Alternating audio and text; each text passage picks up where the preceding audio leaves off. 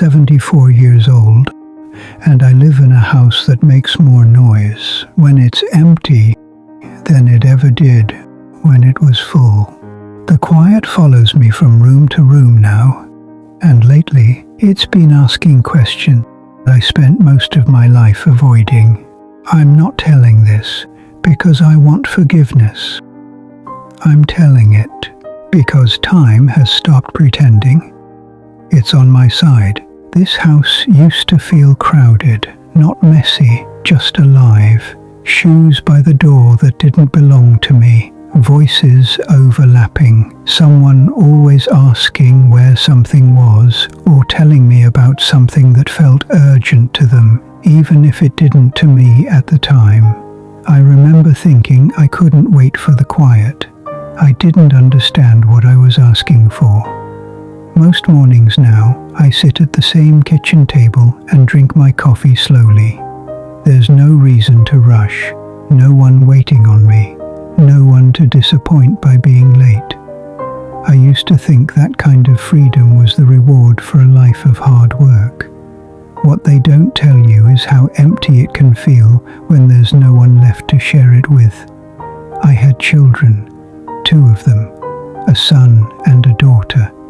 I still say that in the present tense out of habit, even though I'm not sure it fits anymore. They're alive, as far as I know, but we don't speak, and that silence didn't come from one big argument or some dramatic moment you could point to and say, that's where it all went wrong. It came from years, from delay, from me believing there would always be time to fix things later. When I was younger, I thought I was doing everything right. I worked long hours. I showed up tired but dependable. I paid the bills on time. I believed that providing was the same thing as being present, that if I kept everything steady, everything else would somehow take care of itself. I wasn't cruel. I wasn't violent. I didn't abandon my family. That's what makes this harder to explain. I was just unavailable, emotionally, mentally, sometimes physically, always just a little bit out of reach. I'd come home from work exhausted and sit down without much to say. My kids would tell me about their day, and I'd nod, half listening, already thinking about tomorrow. I told myself I'd engage more on the weekend, or after this busy period, or once things settled down. Things never settle down, they just move on without you. I missed school events because I was tired, missed conversations because I didn't think they mattered that much. I assumed my children would understand. I assumed they knew I loved them, even if I didn't say it very often. I wasn't trying to push them away, I just kept choosing everything else first. As they got older, the distance grew quietly. Fewer conversations, shorter answers, doors closed more often. I noticed it, but I told myself it was just a phase. Teenagers pull away. That's normal, I thought. What I didn't realize was that they were learning how to live without me. There were chances, small ones, invitations I turned down, phone calls I let go to voicemail because I was busy, even when I wasn't. Moments when I could have said something honest and chose silence instead because it felt safer. I believed silence kept the peace. I didn't see that it was also building walls. The first real crack came after their mother died. We were already drifting by then, but her absence changed the gravity of everything.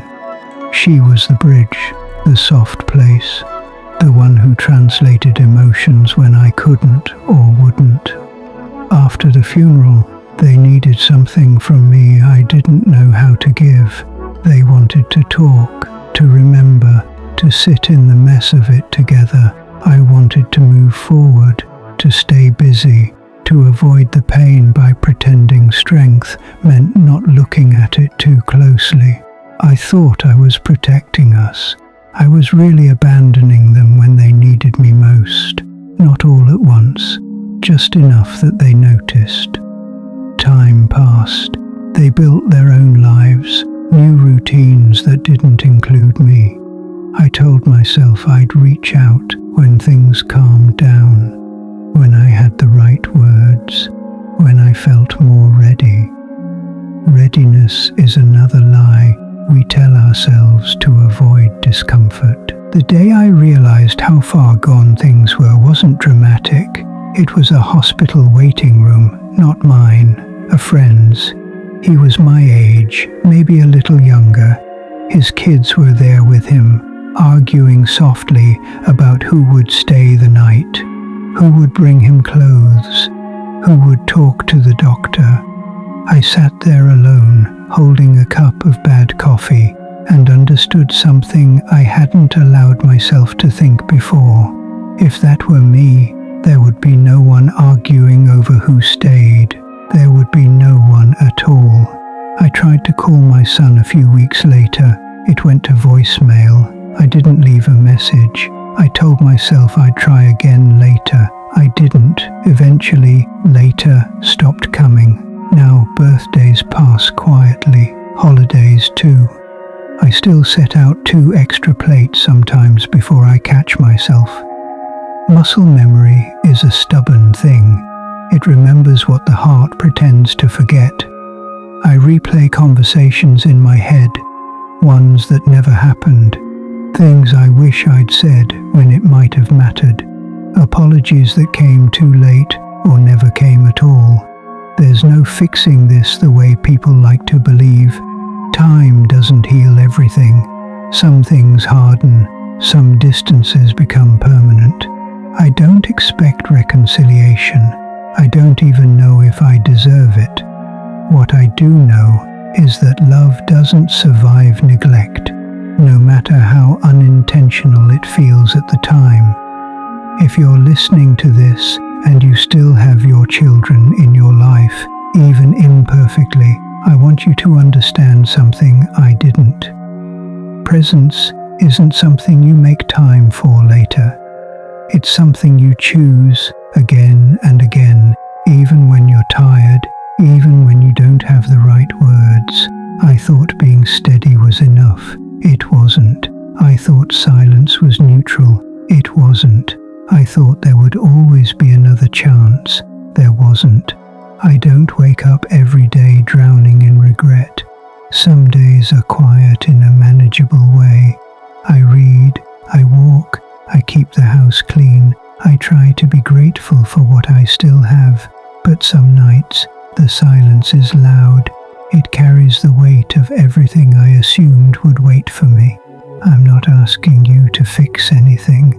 I'm not offering advice wrapped in certainty.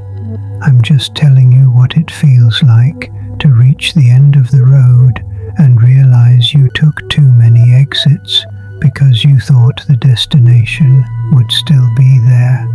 If this meant something to you, sit with it for a moment. That's all. The rest is up to time. And time, as I've learned, doesn't slow down just because you finally understand what matters.